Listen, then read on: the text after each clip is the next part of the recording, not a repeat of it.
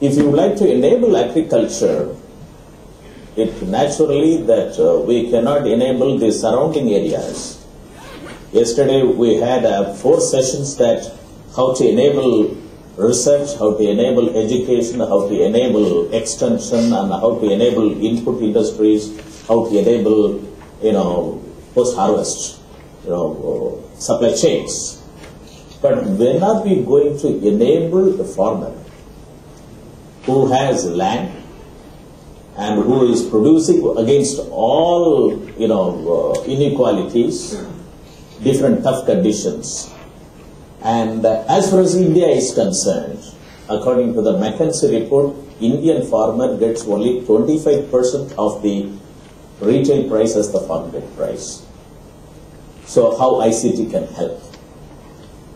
When it's going to happen, how it is to be done, with what?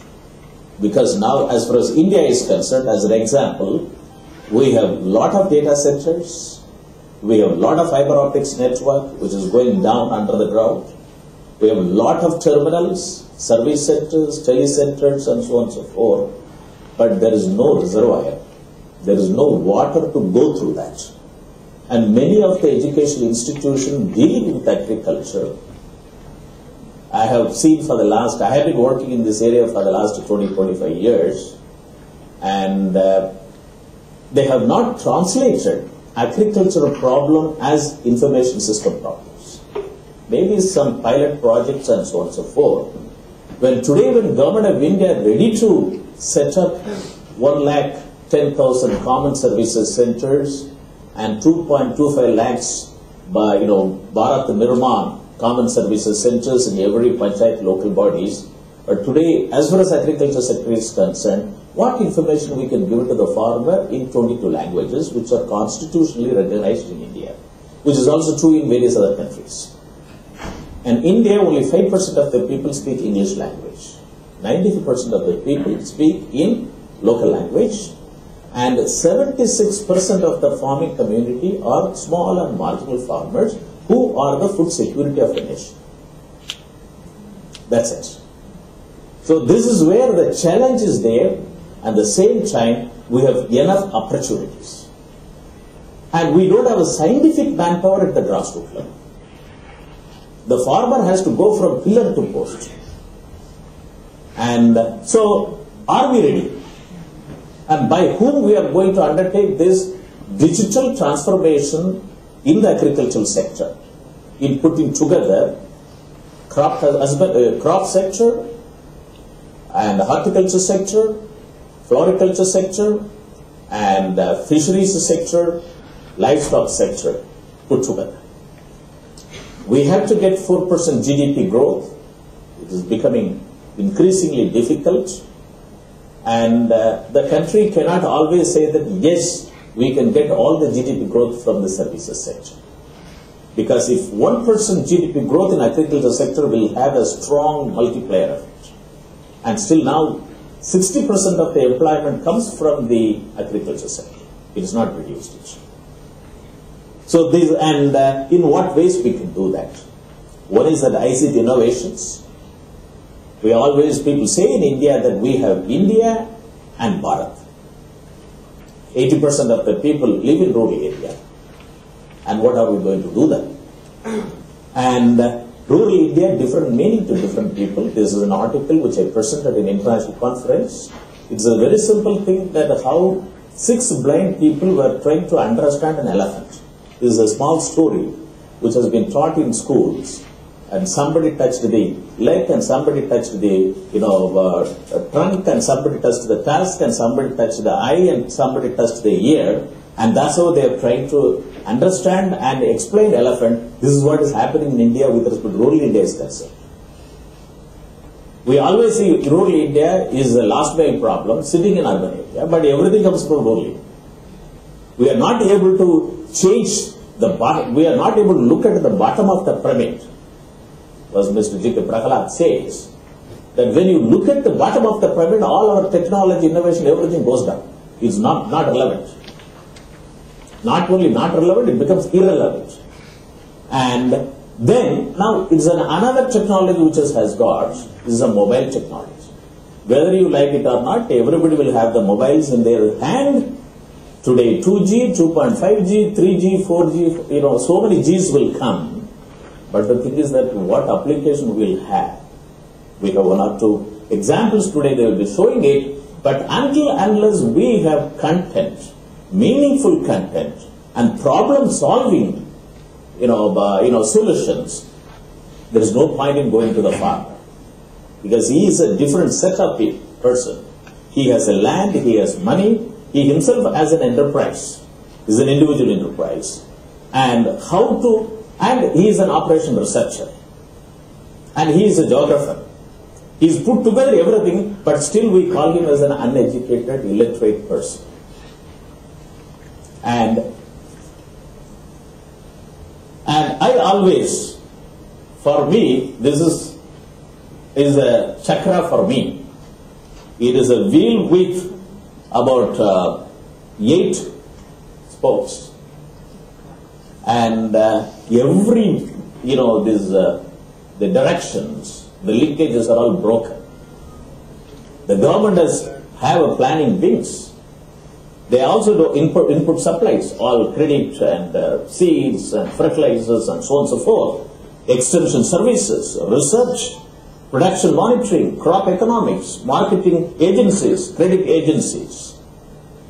And the latest National Commission for Farmers, under the chairmanship of Professor M.S. Swaminathan, after working for so many decades in the country, and he has to take a title and put the title as the report is Please Save the Farmer. Please Save the Farmer. That is, which is submitted in 2006.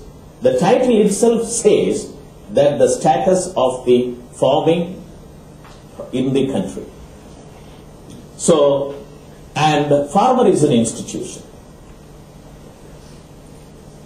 And how to, do this, all that we have studied supply chains and value chains and result chains, is how to put it over. So that he is, there is an ICT diffusion in every stages of production and services. And there is, and how to do that. And that's how I put it, that ICT diffusion and ICT infusion rather than calling ICT applications. And this is the ICT diffusion, this right side, there are a lot of stakeholders out there. And everybody is minting money. And in the name of farmer. And how to bring them. This is where the challenge is there.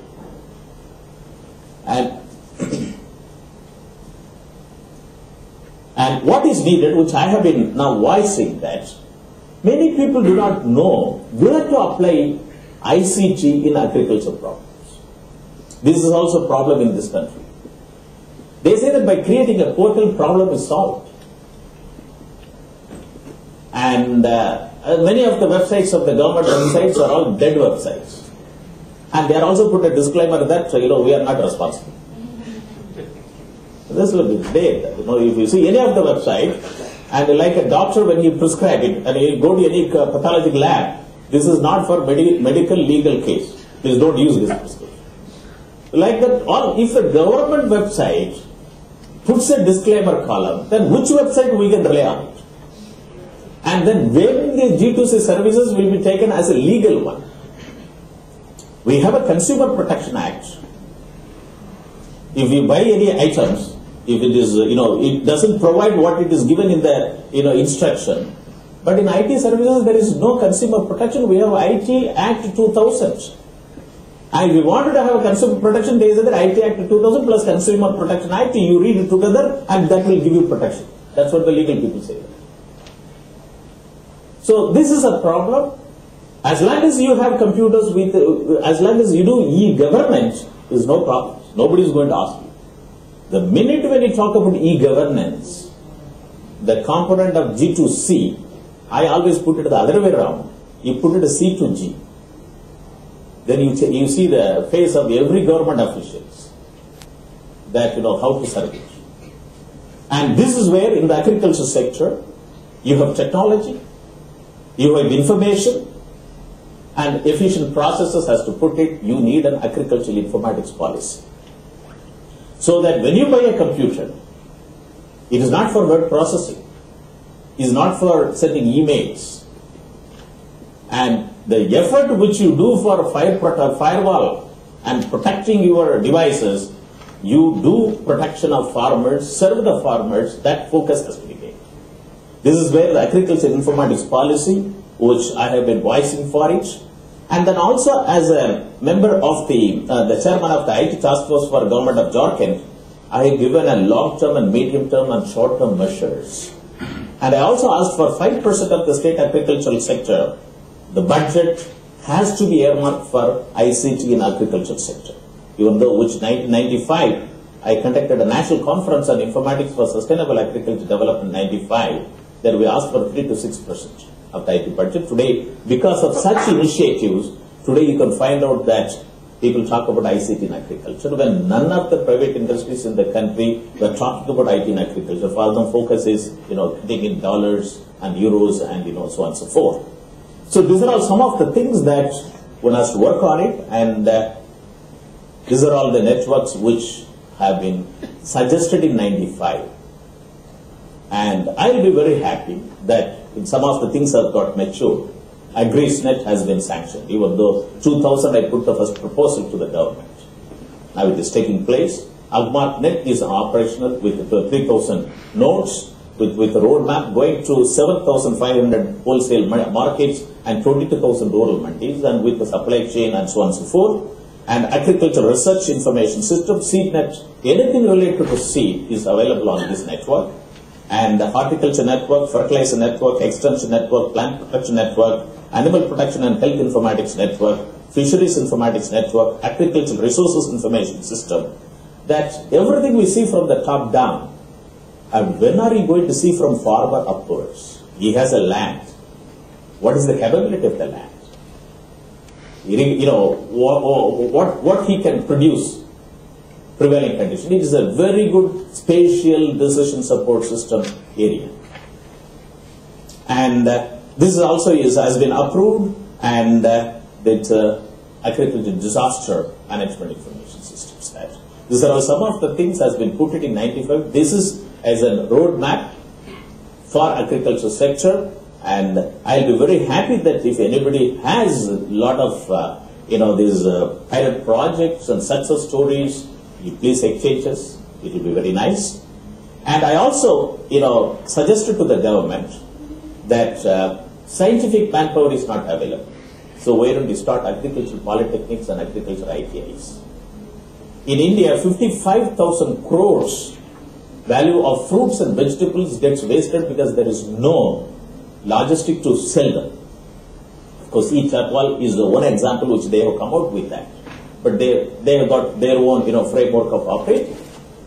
And this is one area where, and ITAs is, I suggested for one for every block. We got 6,000 blocks in the country. So that the sons and daughters of the small and marginal farmers after 10th standard don't conduct an engineering test.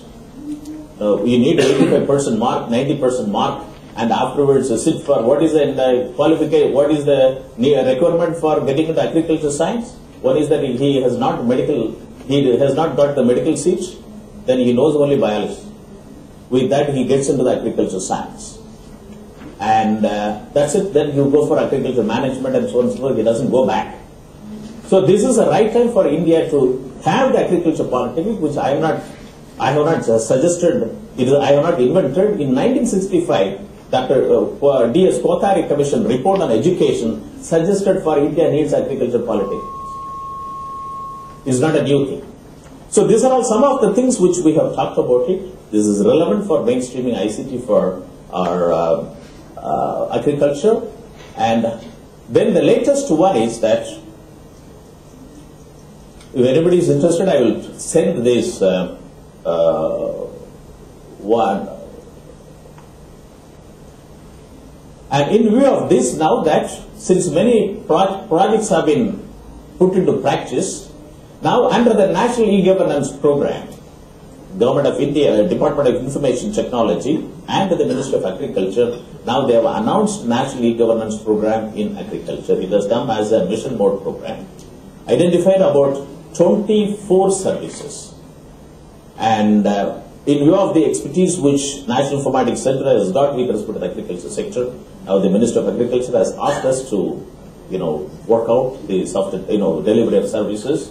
I'll be very happy that any agency who is involved in various pilot projects, if you have got a solution, please join under the National E-Governance Program in Agriculture. With this one, and I stop with my presentation now. I hope that I have given a lot of points for both the participants as well as the panelists to talk about it. And as usual, I would like to have the session coordinator to have the minutes of these recommendations. And this has to be circulated to the Ministry of Agriculture, Government of India, as well as the State Agriculture Department.